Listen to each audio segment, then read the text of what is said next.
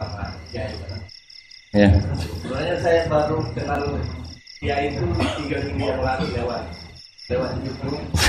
Ya, ya. Ada yang kirim di FB saya, walaupun dengan komentar yang agak mirip lah. Iya, iya. Kalau nggak salah waktu itu Pak Kiai membahas masalah perang Khandaq, Iya.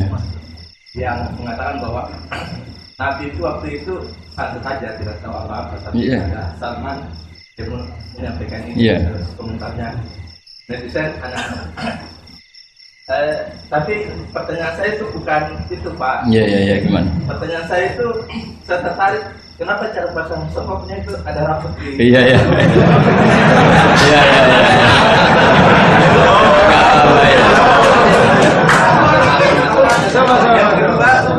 Yang kedua, sebenarnya hal umum. Saya bukan ahli Al-Quran, tapi ada ayat yang mengatakan bahwa sampaikanlah dari aku meskipun satu ayat itu enggak. Walaupun itu cuma satu ayat. Dari aku balihu anni walau ayat. Nah, yang itu menurut saya menjadi dengan dunia medsos saat ini, orang yang betul-betul mungkin bukan cuma sekedar satu ayat, cuma satu kata, itu di broadcast yang mungkin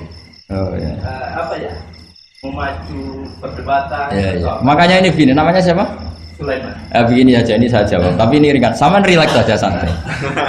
Jadi memang tradisi ulama sama masyarakat itu beda. Jadi kalau Nabi dikatakan tidak tahu dalam konteks tertentu itu malah madh. Madh itu memuji. Karena tadi syaratnya Nabi harus ummi. Ummi itu kan keibu-ibuan. Jadi kalau Nabi tahu itu nanti seakan-akan dia itu dikawal oleh ilmunya. Padahal Nabi itu dikawal oleh nubuah. Ini bedanya Nabi sama ndak. Jadi Nabi di Quran itu biasa ada kata makun tatadri mal kitabu walal iman. Terjemahnya kan kamu tidak tahu. Kanjeng Nabi biasa didhawuhi Allah makun tatadri mal kitabu walal iman. Kamu itu tidak tahu apa itu kitab. Tapi itu sifat madh. Sifat apa? Madh. Madh itu memuji. Kenapa itu jadi pujian? Karena Nabi kalau sudah tahu urusan sesuatu nanti jadi ilmu tandingan menandingi wahyu. Lah mungkin netizen nyuwun sewu bukannya ngeritik, bukannya apa, mungkin nggak paham tradisi ulama itu. Jadi kalau ulama bilang Nabi itu tidak tahu itu bukan sifat dzam tapi sifat madh, memuji. Di Quran banyak kalimat makun tatadri mal kitabu walal iman. Makanya Nabi ketika disuruh baca Iqra ya Muhammad, jawabannya gimana? Saya tidak bisa baca, tapi bukan sifat buruk, justru bagus. Kalau Nabi bisa baca, ilmunya nanti dikira beliau belajar dari buku-buku dan itu dia jadi Nabi. Wah itu memang bacanya banyak. Clear ya ini ya, supaya nggak salah paham. Jadi dikatakan tidak tahu kalau Nabi itu bagus, madh. Nggak bisa baca juga madh, sifat pujian. Kalau kamu tidak bisa baca buruk sekali. Itu jelas. Ya kan, tahu semua kan ketika Nabi disuruh baca bilang apa? Saya tidak bisa baca, tapi itu bagus. Karena semuanya biar karena wah. Ya, soal gaya peci saya ini Islam khas ya, khas ini.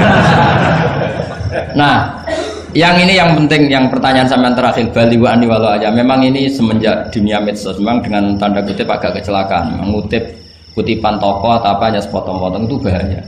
Bahayanya begini, itu bukan hanya karena yang ngendikan tokoh. Meskipun Quran kalau wakafnya salah itu ya bahaya.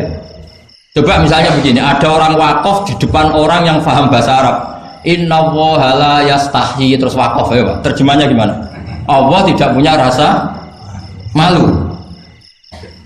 Sehingga di ilmu Quran itu diaturkan ada wakaf yang haram, yaitu wakaf yang rusak makna. Harus diteruskan inna woha la yastahi ayyadriba matalam ma ba'u. Allah tidak malu bikin perumpamaan sekecil apapun makhluk itu. Misalnya buat perumpamaan dengan nyamuk. Coba kalau bacanya satu ayat terpotong. Inna woha la yastahi, Allah tidak malu. Bayangkan didengar orang yang paham bahasa Arab. Jadi problem kita adalah kadang ngutip ya gitu. Jadi apa ya tadi belum mendengarin kompletnya ngaji. Jadi kalau ada ulama bilang Nabi tidak tahu itu sebenarnya madh itu ngelem karena memang begitu. Makanya Allah bilang makun tatadri Mal kitab walal iman. Muhammad kamu tidak tahu apa yang maknanya kitab, maknanya iman. Tapi nggak tahu ini untuk Nabi kelebihan karena kalau Nabi tahu dulu berarti ilmunya sebagian diserap dari Taurat dan Injil dari yang macam-macam. Makanya dulu orang kafir kalau ngeritik Nabi kan walaqad na'lamu annahu yaquluna innama yu'allimuhu basar. Muhammad pinter macam pernah belajar. Terus Allah menjawab Muhammad itu nggak pernah belajar, bahkan baca saja tidak.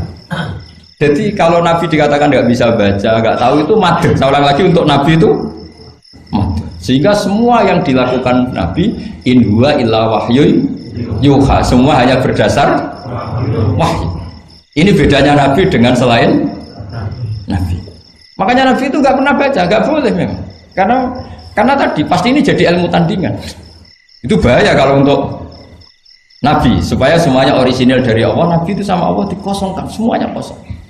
Semuanya dari ilmu yang diwahyukan oleh Allah Subhanahu wa taala jelasnya. Jadi baliwani walau ayat itu saya mohon maksudnya itu ayat itu bukan ayat satu Quran potongan enggak. Ayat yang muhkamah yang utuh. Tapi kalau satu potongan ya enggak boleh. Tadi misalnya dipotong apa innallaha la yastahi kan kayak. Makanya di bab ilmu tajwid kan diterangkan wa ba'da tajwidika lil hurufi la budda min ma'rifatil wuqufi. Setelah kamu tahu tajwid ikhfa idhar idgham, kamu harus mengenal ilmu waqaf. Karena sekali salah waqaf itu ya gitu Mas Leman ya.